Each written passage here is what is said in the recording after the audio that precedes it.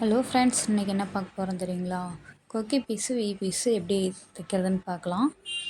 Right side வந்து we, left side வந்து கொக்கி. இப்போ கொக்கி பீஸ்க்கு வந்து 2 இன்ச் எடுத்துக்கோங்க. ரைட் சைடு வந்து 2.5 எடுத்துக்கோங்க. லென்த் எவ்வளோ இருக்கோ அதை விட ஒரு 1/2 இன்ச்சு எக்ஸ்ட்ரா பண்ணி அகலத்துக்கு வந்து நீங்கள் இந்த சைஸ் அளவு எடுத்துக்கோங்க. எடுத்துட்டு ஒரு கொக்கி பீஸ் வந்து இப்படி கீழே மடித்து 1/4 இன்ச்சு மேல் பகுதி வைக்கணும். 1/4 இன்ச் கேப்பில் ஸ்ட்ரெயிட்டாக ஒரு தையல் போட்டுருங்க. 1/4 இன்ச் விட்டு கட் பண்ணிவிட்டு மடிச்சடிச்சிருங்க. இப்போ ஒரு படிமான தையல் போட்டுக்கலாம்.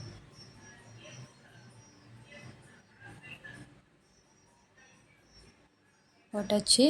இப்போ இதை மடித்து டபுள் மடிச்சுட்டு 1 இன்ச் கேப் விட்டு மடித்து ஸ்ட்ரெயிட்டாக ஒரு தையல் போட்டுருங்க.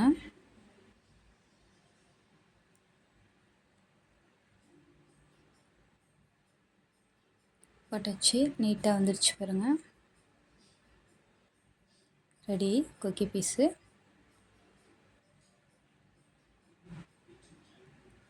அடுத்தது வி பீஸ் வந்து நம்ம உள்ளே வச்சு மேலே திருப்புவோம். இதுவும் அதே சேம் தான், ஆனால் மாற்றி அது வந்து மேல் சைடு, இது வந்து உள் சைடு. இதுவும் 1/4 இன்ச் கேப்பு மடித்து ரஃப் அடிச்சு விட்ருங்க. இந்த பீஸ் வந்து சரிக்கு சரி மடிக்கணும். அது வந்து நம்ம டோட்டலாக மடிக்கிறோம், இது வந்து சரிக்கு சரி மடித்து ஸ்ட்ரெயிட்டாக மடிச்சு விட்டு ஒரு தையல். அப்படியே வி அடிக்கலாம். நீங்கள் ஒரு சென்ட்ரு பார்த்து ஒரு தையல் போட்டு கூட நீங்கள் வி அடிக்கலாம். அப்போ தான் அந்த பீஸ் நிற்கும். நான் வந்து அப்படியே ஸ்ட்ரெயிட்டாகவே அடிக்கிறேன். 5 வி வரைஞ்சிக்கோங்க. கேப் விட்டு ஒரே ஈக்குவல் கேப் விட்டு வரைஞ்சிருங்க. இப்படி ஸ்ட்ரெயிட் கொடுத்து ரஃப் அடித்து எடுத்துட்டிங்கன்னா வி வந்து பிரிஞ்சு வராது, ஊக்கு வந்து கரெக்டாக உட்காரும். இது ரொம்ப ரொம்ப ஈஸியாக இருக்கும் பாருங்கள் இந்த மெத்தடு.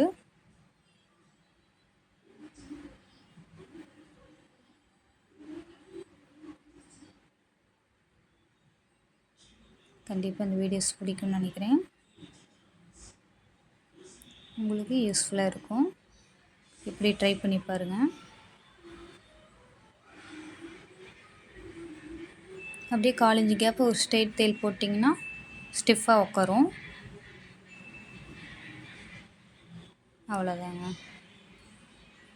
இவ்வளோ நீட்டாக வந்துருச்சு பாருங்கள். தேங்க்யூ ஃபார் வாட்சிங்.